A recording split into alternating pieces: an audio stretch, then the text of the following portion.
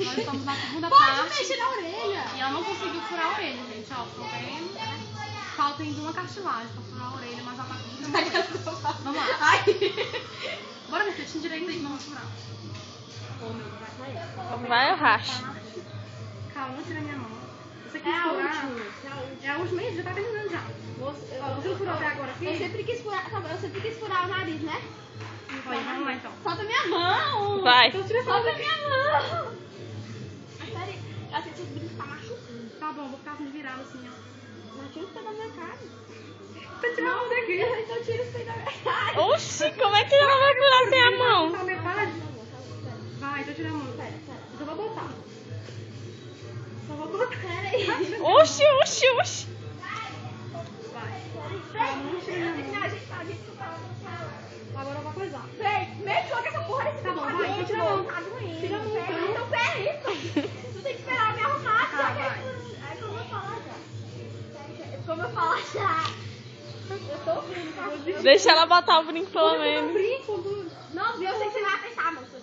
Como que eu vou apertar sem endireitar o brinco? Tá bom, peraí. Vai sair. Tira o dedo, tira. Meu Deus, tem que tirar o dedo do outro. Como é que eu vou enfiar no buraco você com a mão? E ontem eu fiquei 4 horas enrolando ela. Você vai ter hora que ela pode desistir, só que ela pediu pra ela. Tá bom, vai, tá bom. Calma, que o vídeo já tá acabando. Tá bom, eu brinco caiu. Foi 4 minutos, velho. Olha, 4 minutos, vamos lá. Calma, tem que achar primeiro, tem que achar. Achou, achou. Tem que achar. Furou. Calma. Tava igual o outro, não tava desse mesmo jeito que furou. Tá, mas tu tá apertando com o dedo. Não tô. Cata, mas por que tu demora, velho? Porque sua orelha é muito dura. É porque é muito dura sua orelha. Tá vai. bom, pera, pera. Tá, então eu vou ver atrás. Sério, deixa eu Então. fechar meu olho, velho. Deixa eu ver como é que tá atrás, então. Olha, Só pra ver, não pegar. Olha, ele sai bem aqui, tá vendo? tá bom. Sério, tá bom. Agora parou, velho, parou. Ó, ele tá encerrado.